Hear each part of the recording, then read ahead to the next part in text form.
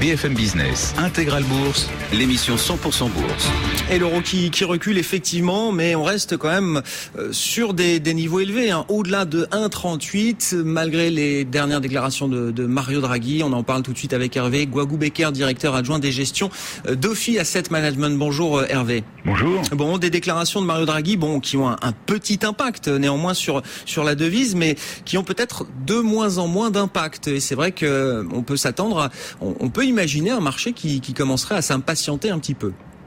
Oui, alors le marché peut s'impatienter, peut-être vouloir des gestes et plus seulement des paroles, mais surtout le marché sait que la mise en place d'éventuelles mesures de quantitative easing en zone euro va pas se faire du jour au lendemain. On sait aussi que ces mesures de quantitative easing, elles ont quand même des effets limités sur l'évolution des devises. Je pense à la Suède ou au Danemark qui ont eu aussi qui ont mis en place des taux de dépôt négatifs. C'est pas pour ça que les devises danoises ou suédoises se sont franchement effondrées contre dollar. Donc il n'y a pas que les taux d'intérêt pour diriger l'évolution d'une devise.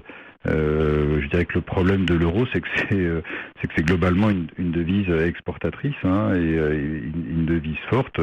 On a une balance courante excédentaire au niveau de la zone euro, environ 2% du PIB. Donc voilà, l'euro, c'est une monnaie qui est achetée, c'est pas une monnaie qui est vendue.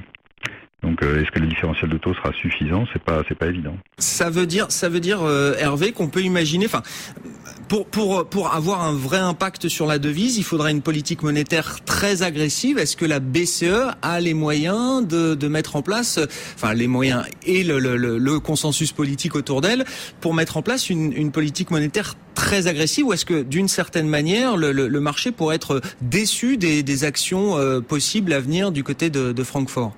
Je crois que plus qu'une politique monétaire très agressive de la part de la Banque Centrale Européenne, elle est déjà relativement agressive. Alors très bien, on peut lui demander de mettre des taux de dépôt en négatif, mais jusqu'où, c'est peut-être pas très intéressant, on sait que ça a quand même des dangers. On peut lui demander de faire du quantitative easing, certes, mais c'est plutôt peut-être de l'autre côté de l'Atlantique où il faudrait que la politique monétaire soit moins souple et que les taux d'intérêt remontent, puisque le marché du travail va quand même beaucoup mieux aux États-Unis, puisque la croissance est annoncée beaucoup plus forte, et c'est le différentiel de taux doit aussi se remettre en place du côté des États-Unis avec des hausses de taux à venir. Alors donc si Madame Yellen a raison et qu'elle commence à remonter leurs taux d'intérêt 6 mois après la fin du quantitative easing aux États-Unis, c'est au cours du deuxième trimestre 2015. Bon, peut-être des choses se mettront en place, mais bon, quand on regarde aujourd'hui les taux forward, le différentiel est pas suffisamment en faveur du dollar pour que ça provoque une franche appréciation de l'euro. Ça peut juste stopper, on dirait l'appréciation de l'euro.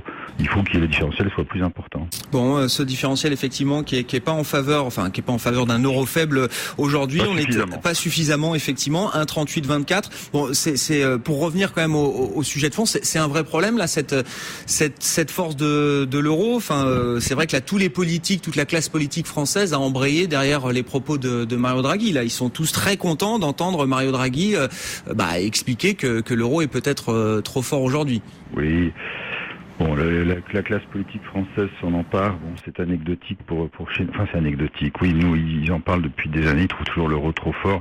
Les Allemands s'en accommodent bien. Donc, on a peut-être à balayer chez nous avant de s'attaquer à la Banque Centrale Européenne, qui fait plutôt son métier, on va dire. Je pense que c'est plutôt l'évolution du discours parmi les banques de la Banque centrale qui était important, et notamment de M. Weinmann, et ça c'était il y a 15 jours, qui lui est le patron de la Banque centrale allemande, qui a évoqué un euro trop fort, et un euro trop fort non pas pour des histoires de compétitivité, ce dont les politiques français se réjouissent, mais c'est plutôt sur des histoires d'inflation. Ce qui inquiète nos banquiers centraux, c'est que un euro trop fort, ça fait baisser l'inflation, et ils veulent pas d'une inflation qui aille trop bas, et on veut pas du risque de déflation. Donc c'est ça qui préoccupe les banquiers centraux, alors que nos politiques, ils sont préoccupés par des histoires de compétitivité, et la compétitivité, c'est pas forcément uniquement la monnaie. Oui, d'ailleurs, c'est un peu le double message de Mario Draghi. Nous, on s'occupe de la stabilité des prix, le risque de déflation et l'inflation basse qui est aussi un problème. Pour ce qui est de la compétitivité,